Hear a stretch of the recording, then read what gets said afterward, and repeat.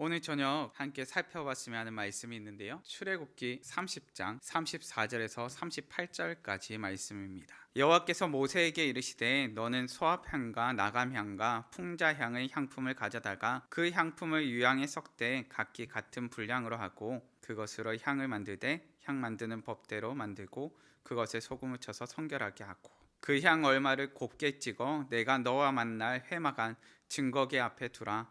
이 향은 너희에게 지극히 거룩하니라. 내가 여호와를 위하여 만들 향은 거룩한 것이니 너희를 위하여는 그 방법대로 만들지 말라. 냄새를 맡으려고 이 같은 것을 만드는 모든 자는 그 백성 중에서 끊어지리라. 오늘 이 시간 향기 나는 인생이라는 제목을 가지고 한번 말씀을 나누고자 합니다. 오늘 말씀을 하면서 말하고 싶은 거는 우리 청년들이 향기 나는 인생을 살았으면 참 좋겠다 하는 것입니다. 이렇게 한번 얘기해 봤으면 좋겠습니다. 향기 나는 인생을 삽시다. 우리 청년들을 향하여서 일컫는 다양한 표현들이 있습니다. 1980년대생부터 2000년대 초반생대까지를 일컬어서 밀레니얼 세대라고 얘기를 하지요. 그런데 1990년대생부터 2000년대 초반생까지를 일컬어서 Z세대라고 말합니다. 저는 우리 청년들이 다른 말로 불리길 원하는 게 아니라 향기 나는 세대다라고 불렸으면 좋겠습니다. 오늘 우리가 맞이하고 있는 문제는 세상 속에서 그리스도인으로 살려고 하는데 믿음 가지고 사는 것이 만만치 않은 시대를 살아가고 있다는 겁니다. 우리가 살아가는 세대가 만만치 않기에 우리는 날마다 수없이 많은 벽들에 부딪히게 됩니다. 우리 청년들 어떻게 살아야 합니까? 라고 묻는다면 우리 청년들은 각양각색의 말들을 할 것입니다. 사실 많은 젊은 세대들이 늘 고민을 해왔습니다. 내가 믿음을 가지고 이 세상을 살아갈 때 어떻게 살아야지? 그런데 우리는 과거에 행해진 이 질문에 대한 답변들에 대해서 진부하다고 생각해버립니다. 우리 어떻게 살아야 합니까? 그것을 오늘의 본문 말씀을 통해서 향기 나는 인생으로 살아봐야 하겠다라고 타이틀을 정해봤습니다. 청년 여러분, 교회에서 가장 많이 방황하는 시기가 언제일까요? 바로 청년의 때입니다. 교회에서 가장 열정적이어야 할 나이가 청년의 나이지만 한편으로 열정이 가장 식어버린 나이가 바로 이 청년의 때입니다. 어린 시절부터 함께 달려왔던 신앙의 동기들을 한번 바라보십시오. 내가 어린 시절에 함께 달려왔던 순수했던 신앙과 순수했던 열정을 가지고 달려왔던 그 친구들이 어느샌가 그 열정을 잃어버리고 그 순수함을 잃어버린 시기가 언제인가 하니까 바로 이 청년의 때라는 겁니다. 그런데 청년 여러분, 방황하는 것 때문에 끙끙거리지 마십시오. 청년의 때 방황하는 것은 어찌 보면 당연한 것입니다. 청년의 시기에 절반에 가까운 청년들이 방황하는 시간을 가진다고 합니다. 그런데 놀라운 사실은 열의 9이 되는 청년들은 교회로 돌아옵니다. 그럼에도 불구하고 우리 청년들이 방황의 시간이 끝났을 때 우리 청년의 시대를 보면서 참으로 향기 나는 세대이구나 라는 고백이 있었으면 합니다. 향기 나는 인생을 살기 위해서 우리는 어떻게 살아가야 합니까? 첫째는 말씀대로 살아야 합니다. 34절과 35절 말씀인데요. 여호와께서 모세에게 이르시되 너는 소합향과 나감향과 풍자향의 향품을 가져다가 그 향품을 유향에 섞되 각기 같은 분량으로 하고 그것으로 향을 만들되 향 만드는 법대로 만들고 그것에 소금을 쳐서 성결하게 하고. 하나님께서 들어가야 할 것과 들어가야 할 분량들과 이것들을 어떻게 해야 할지를 말씀해 줍니다. 본문에 이것을 법대로라고 말하고 있습니다. 하나님께서 우리에게 원하시는 인생이 이렇습니다. 하나님의 법대로 하는 인생입니다. 왜 하나님께서 출애굽한 이스라엘 백성들 가운데 하나님의 법, 하나님의 규칙, 하나님의 말씀을 가르쳐주고 계십니까? 이제 이스라엘 백성들이 살아가게 될 곳은 하나님만 바라볼 수 있던 광야길이 아니라 세상길이 되기 때문입니다. 출애굽한 이스라엘 백성들을 한번 생각해 보십시오. 40년의 광야 생활 동안 하나님의 은혜를 경험하고 인생을 살아왔는데 처음 약속의 땅에 들어가서 전쟁에 승리했을 때 탐하는 문제가 생깁니다. 광야길 가운데서 그저 하나님만 바라볼 수 있는 환경 가운데 있었다면 약속의 땅 가운데 들어가 보니까 한눈 팔 때가 너무 많더라는 겁니다. 그렇기 때문에 너희가 이 한눈 팔 거 많은 세상살이 가운데서 한눈 팔지 말고 하나님만 보고 살아라고 말씀하여 주시는 겁니다. 세상 속에 살 때 우리를 하나님의 자녀로 붙들어 주는 것이 바로 말씀입니다. 어린 시절에는 한눈 팔 틈이 별로 없습니다. 한눈 팔기 전에 한 대 맞고 냉큼 돌아오거든요. 그런데 청년의 때가 되면 한눈 팔 때가 너무 많습니다. 내 눈에 보기에 좋아 보이는 것이 내 눈에 한가득 들어오고 내 마음 한켠에 재미난 것들이 한가득 채워지게 됩니다. 그런데 생각해 보십시오. 라면에 다양한 것들을 넣어 먹으면 맛있지요. 라면에 파 넣어 먹으면 맛있는데 파를 넣고 콩나물 넣어 먹으면 맛있는데 콩나물을 넣고 양파도 넣고 떡도 넣고 만두도 넣고 오징어도 넣고 문어도 넣고 꼴뚜기도 넣고 생크림도 넣고 우유도 넣고 다 넣었다고 생각해 보십시오. 맛있겠습니까? 우리가 라면을 먹으려고 찾아봐도 라면에 면이 보이지 않는 상황 가운데 큰손 가운데 열심히 젓가락질만 하는 상황이 펼쳐질 것입니다. 우리 인생이 그렇습니다. 세상을 경험하다 보니 한눈 팔 곳이 너무 많습니다. 그런데 그렇게 한눈만 팔면서 살다 보면은 하나님께서 말씀하셨던 인생을 잊어버리게 된다는 겁니다.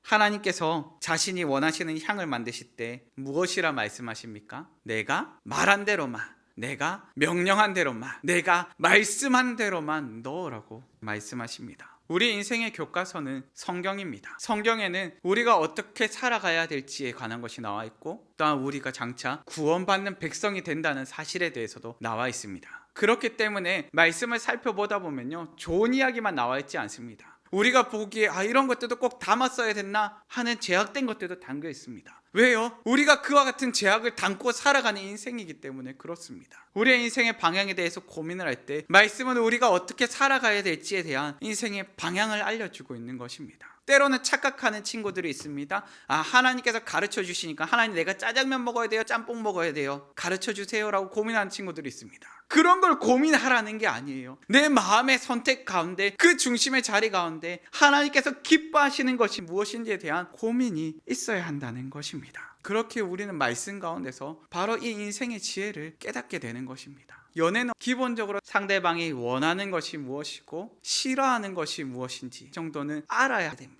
하나님과 우리의 관계가 마치 이 사랑하는 사람들의 관계처럼 서로를 알아가야 되고 그 하나님의 사랑하신 것이 무엇인지 알아가야 되는 관계 가운데 있다는 것입니다.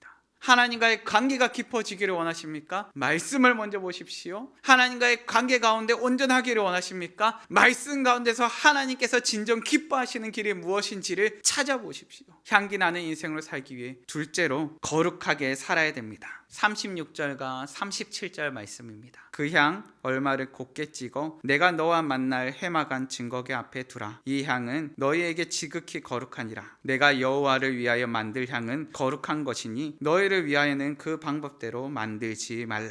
본문은 거룩에 대해서 말을 하는데요, 거룩에 대해서 말을 하면서 이 향이 있어야 될 위치에 대해서 말하고 있습니다. 해마간, 법궤 하나님 앞에 있어야 된다고 말해주고 있는 것입니다. 가장 거룩한 곳에 하나님 앞에, 하나님과 가장 가까운 곳에 있어야 된다고 말해주는 것입니다. 선한 일을 위해 우리는 많은 수고들을 합니다. 그런데 세상 사람들을 보고 있으니 가끔 만나게 되지 않습니까? 나보다 더 착한데 교회 안 다니는 사람. 그런데 우리 가운데 있어서 선함이라는 것은 도덕적 잣대로 결정되지 않습니다. 만약 수고와 노력, 도덕적 잣대로 선한 것이 결정된다면 우리는 하나님 앞에 나와야 될 이유가 하나도 없습니다. 선한 것은 하나님의 말씀에서 발견되고 그 하나님 말씀에서 발견된 것을 통하여서 하나님 앞으로 나아가야 합니다. 이것이 선한 길이요, 이것 가운데서 거룩을 발견하게 되는 것입니다. 그렇기 때문에 거룩을 이야기할 때는 하나님과의 친밀한 교제를 빼놓을 수 없습니다. 때로 우리는 스스로 지혜롭다는 착각에 빠져 있습니다. 스스로 선한 일을 하고 나 정도면 꽤 괜찮은 사람인 것 같은데, 그리고는 하나님께 이렇게 하시면 좀 더 좋을 것 같아요 라면서 판단하기 시작합니다. 하나님께서 역사하신 것에 대해서 자신의 입맛에 맞춰서 안 해주셨다고 불평도하고, 하나님 이 부분에서는 이게 좀 더 나았을 것 같아요 라면서 평가까지 시작해버립니다.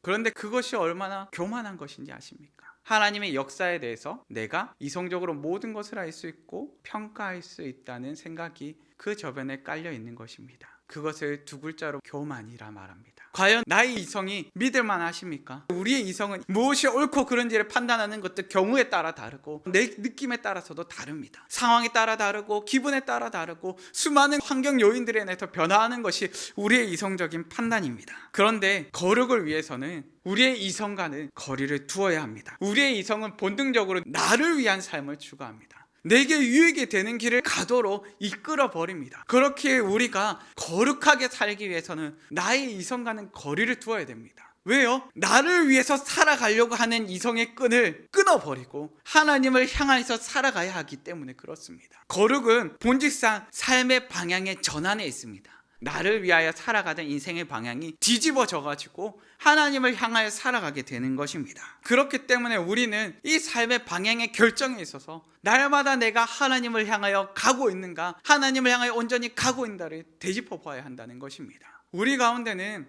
어린 시절부터 닦여온 잘 믿는 척하는 기술이 있습니다. 날 위해서 하는 것이지만 이것이 하나님 위해서 이렇게 해요 라고 잘 포장할 수 있습니다. 아담과 하와를 보면서 왜 선악과를 탐하여서 우리를 이처럼 힘들게 하세요 라고 말을 하지만 정작 우리의 삶에 있어서 하나님께서 받으셔야 될 영광의 자리를 끊임없이 탐하면서 나를 드러내고 살아가면서 그럼에도 불구하고 하나님을 위한 것이라 포장하면서 살아갈 때가 너무나 많다는 것입니다. 그런데 오늘 본문 말씀을 보니까 향에 대해서 곱게 찍어라고 말을 하고 있습니다. 곱게 찍는다는 것이 무엇입니까? 마치 고운 밀가루가 되는 것처럼 만들라는 것입니다. 우리가 그래야 된다는 것입니다. 하나님 앞으로 나아갈 때 나의 죄악된 모습은 곱게 찧어져서 하나님 앞으로 나아가야 한다는 것입니다. 하나님께서 받으실 만한 향기로운 제물로 찧어지기를 하나님께서는 원하십니다. 하나님께서는 우리를 받기를 원하시는데요, 우리가 떼어드릴 수 있는 일부분을 받기를 원하시는 것이 아니라요, 나의 삶이 전체적으로 빠지고 찍어져서 나의 삶 전부를 받기를 원하시는 분입니다. 거룩을 삶의 일부만 똑 떼어 넣는 것이 아니라 나의 삶의 전부를 하나님 앞에 내어드리는 것입니다. 향기 나는 인생, 그 셋째로 기도하며 살아야 됩니다. 제사장들이 분향하는 동안 백성들은 어디 있었을까요?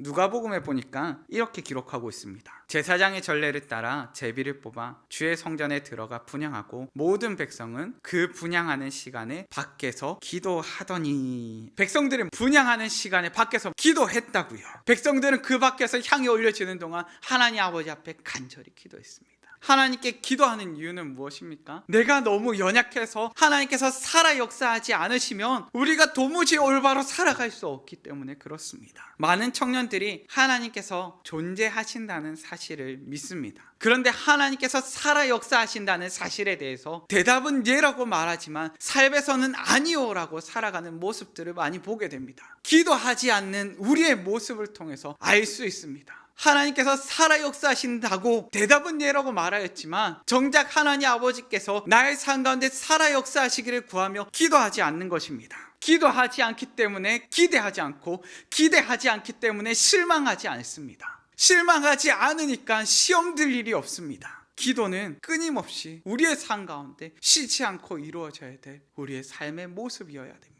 기도하지 않을 수많은 변명거리들이 우리의 삶 가운데 있는 것이 아니라 끊임없이 기도해야 될 이유가 우리 가운데 있어야 하는 것입니다. 예수님께서는요, 자신이 승천하시면서 올라가는 것이 우리에게 유익이 된다고 말씀해 주셨습니다. 성령님께서 오셔야 되기 때문에 그렇습니다. 성령님께서 우리 가운데 선한 길도 이끌어 주시고 거룩한 길도 깨닫게 하시고 우리 가운데 기도할 수 있도록 기도의 문도 열어주시니까요.